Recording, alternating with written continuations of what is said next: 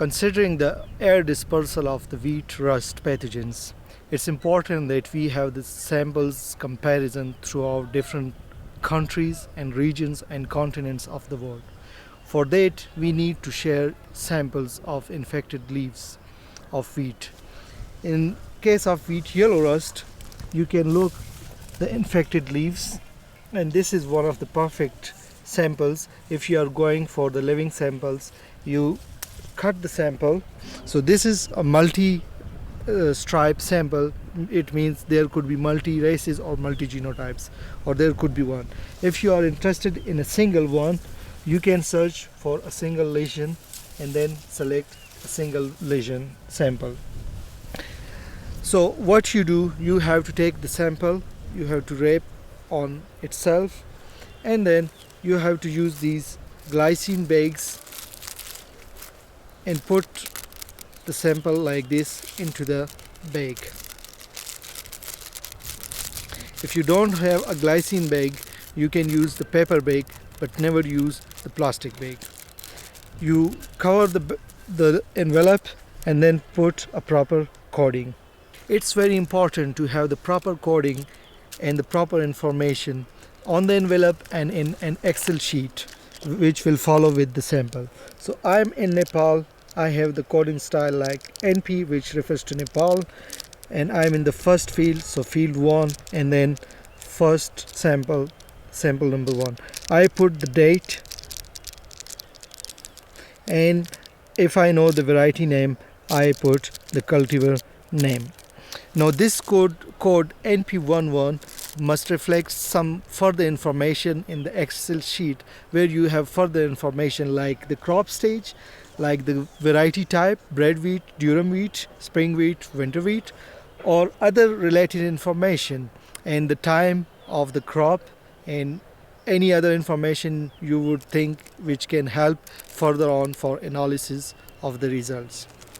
So this sample, the live samples, you can send to the places where we have the quarantine facilities, and the Global Rust Reference Center at Aarhus University, Denmark, they have the facility to do that. So you can send this sample to the GRRC Denmark. But that could be useful also if you have your own facilities. You do the same sampling and you can send to the national facility like the one in Murray in Pakistan or in my university in Peshawar. It's also important to have the information on the molecular marker level for these samples, and I can do that at the University of Agriculture Peshawar. For that I need the samples in that condition because I haven't the quarantine facility to work with the live samples. So you have to kill the sample, and for that actually you use the cryotubes or the append-off tubes and ethanol. So you have these tubes, but if you don't have, you simply use the append-off 2 ml append-off tubes. For that DNA extraction, I would like to have a single lesion. Yeah, we can find somewhere. Wait, because these are the resistant ones, so it's a susceptible one. If you go to a resistant one, No. oh yeah, here it is. Yes, okay. For the molecular work, I need a single lesion like this. So we have to cut the lesion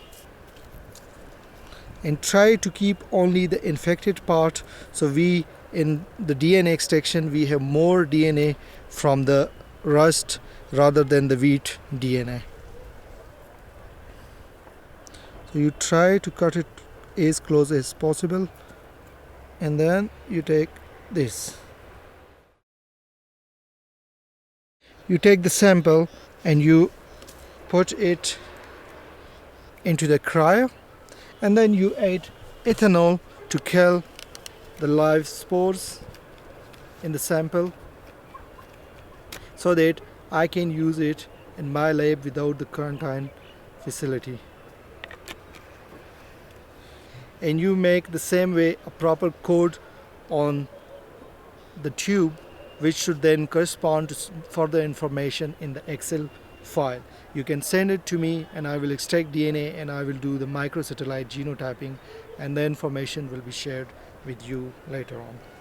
Between two samples, it's important to disinfect the scissor and your fingers not to cross contaminate two samples.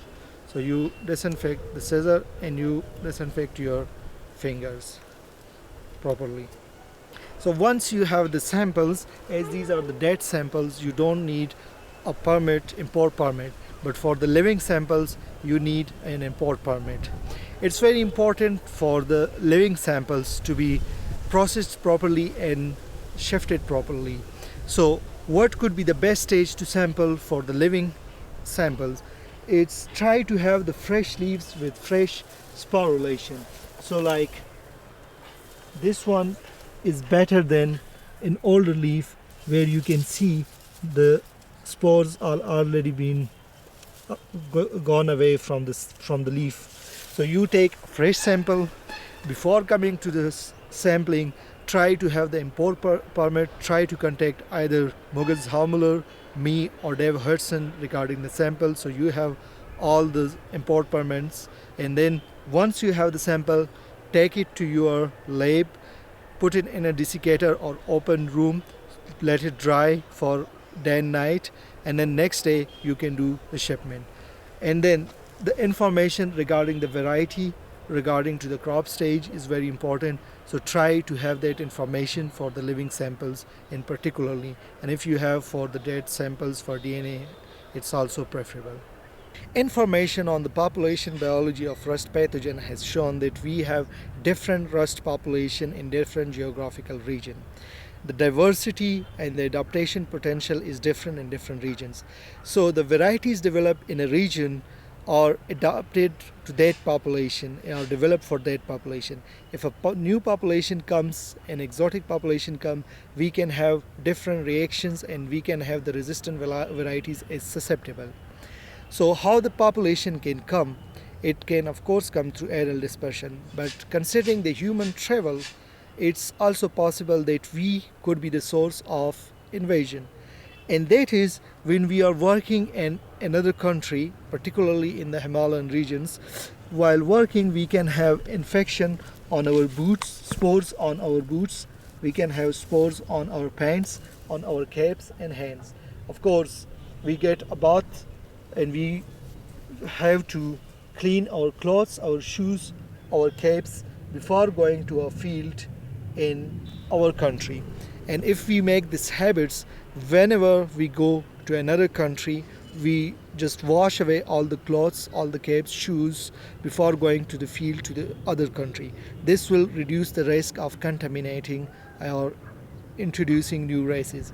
And the same way, if we can share this message to other people who are traveling between countries regularly, so just let them know that while working in their fields or walking in the fields in that country, they come to Europe or to USA and vice versa, they just clean their clothes, caps and shoes. This will reduce the risk of increasing invasions to other regions. From our experience, we know that the spores, if they are kept dry, they can survive for 4 months even. So if they are present on your pants and you travel to Paris from Nepal in 24 hours, the spores are viable and they can infect a crop there.